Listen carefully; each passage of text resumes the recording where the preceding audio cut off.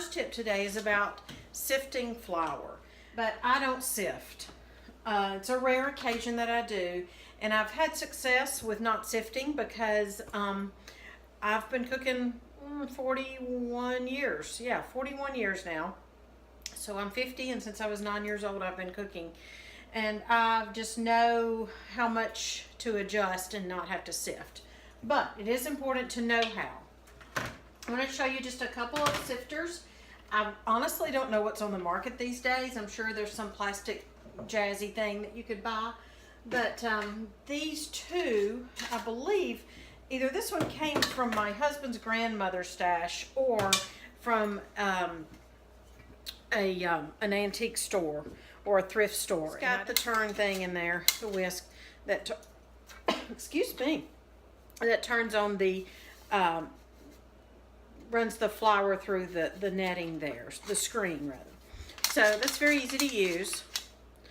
And then there's this one that I know I got at an antique store. It has 2 cups full, 1 cup, gives the measurements, said made in USA, that's awesome. And it's just really a metal ring with a screen in the bottom and a wire, and the wire runs the flour through past the screen to make it finer. So there's those 2 options. This is the one I grew up with that I used when my mama taught me. And I say I've been cooking 41 years. My mama had me in the kitchen from, I was an only child for the first 5 years of my life. And Mama had me in the kitchen, and I know this from pictures that we found. And apparently that was what jump-started my love for cooking. So this is the one that I had growing up, and it works with one hand like this.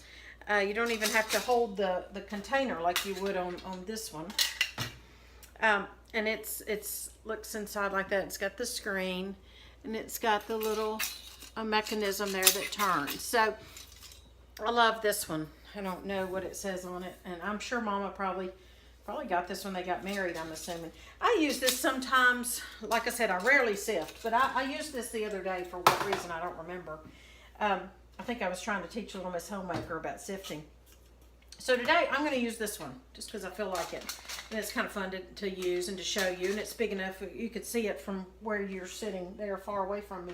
Last thing, if you don't own a sifter, you're in small quarters, you homestead, you full-time RV, both of which we have goals to do, you can just use this strainer. Strainer with a handle is perfect. This one's kind of old, and I think this one, I don't know where I got this one, but it doesn't matter. You can get these anywhere, right? Hardware store, mom and pop hardware stores are better than the big box stores, in my opinion. But you put the flour in there, and you just bang it on your hand, and it'll sift it. So you don't need a fancy specialty item. So my recipe calls for 2 cups of flour. Now, I only use all-purpose flour. That's all I buy. I don't buy almost said soft-serve flour. Self-rising. I don't buy self-rising. If I need self-rising, I'll make it myself, and that's another little tidbit episode. So I do keep this is my Aunt Coco's Hoosier cabinet, and I do keep my flour in this glass deal here that I did buy at a big box store. But I love keeping my flour in it. I like to see what I've got in here.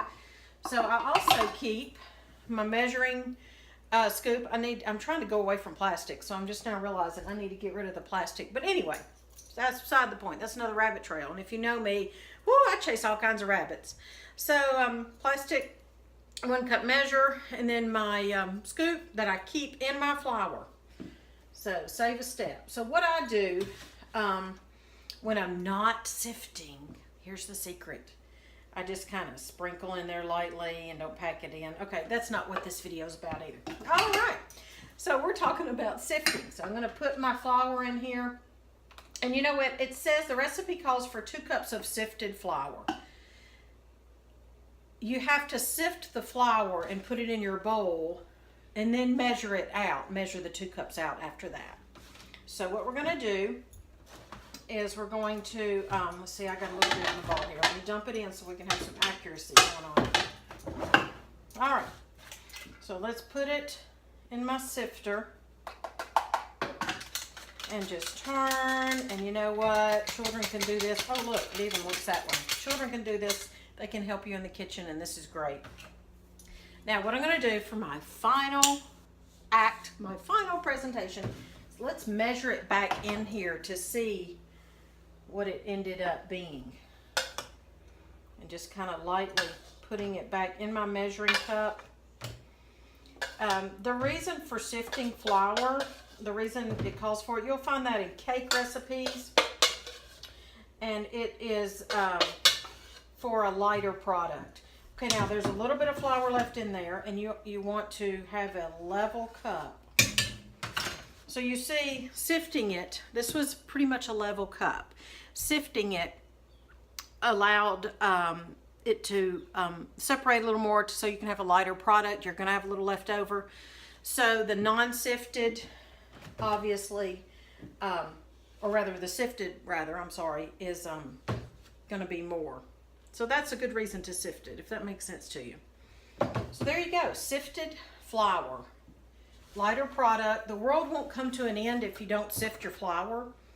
But I'm just demonstrating what to do. And you know what? Beginning cooks probably should sift so that you can learn. I have a practice, or I used to, I don't even do this as much anymore, of following the recipe the first time, and then I can alter it after that. So this is a case where you might want to do what you're supposed to until you learn otherwise. So thanks for joining me on my first installment of Heritage Cooking School with Miss Katie. Blessings, y'all, and I'll see you next time.